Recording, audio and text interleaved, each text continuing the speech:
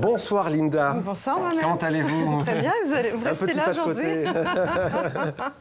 J'entre dans le champ de la caméra. Bonsoir messieurs. Bonsoir. Bonsoir. Je suis très heureuse de vous rencontrer. C'est pas tous les jours qu'on a la chance de croiser trois anciens premiers ministres en même temps, en plus reconvertis en hommes de paix. Bon, je dis pas que vous n'étiez pas des hommes de paix durant vos mandats, mais bon, on sait ce que c'est que le pouvoir quand même. Le pouvoir, ça rend fou, comme le disait le député britannique Lord Acton, paix à son âme. Mais il avait raison quand même. Vous regardez Donald Trump aux États-Unis. Il y a même des élus républicains qui ont proposé sa candidature pour le prix Nobel de la paix. Non, c'est vrai, le pouvoir, ça rend fou.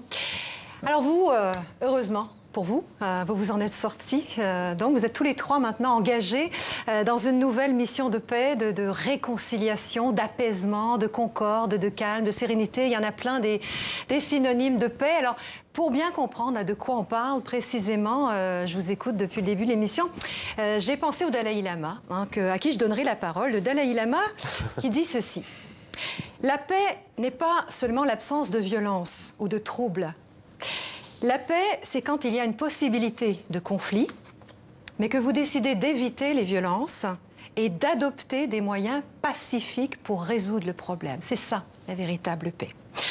Alors concrètement, on fait comment? Eh bien, je vous donne un exemple. Fous-moi la paix.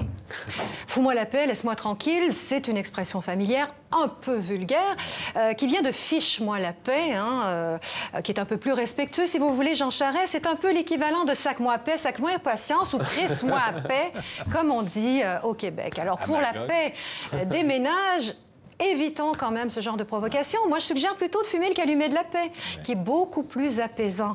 Fumer le calumet de la paix, ça signifie que deux personnes ou deux camps en conflit veulent se réconcilier.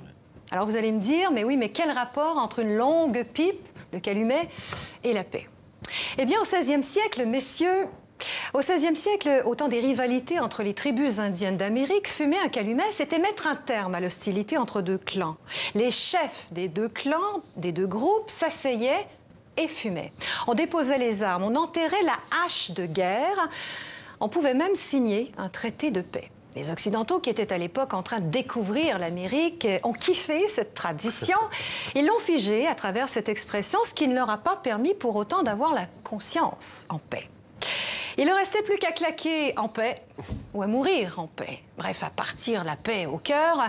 Mourir en paix, c'est n'avoir peur ni de la mort ni de la vie. Mourir entouré d'amour, de compréhension et trouver le bonheur ultime. Bref, reposer en paix. Ce sont des expressions, messieurs, que vous devrez maîtriser, car vous êtes désormais des leaders de paix. Votre mission est capitale, mais ambitieuse. Alors, messieurs, allez en paix. Allons en paix. Jean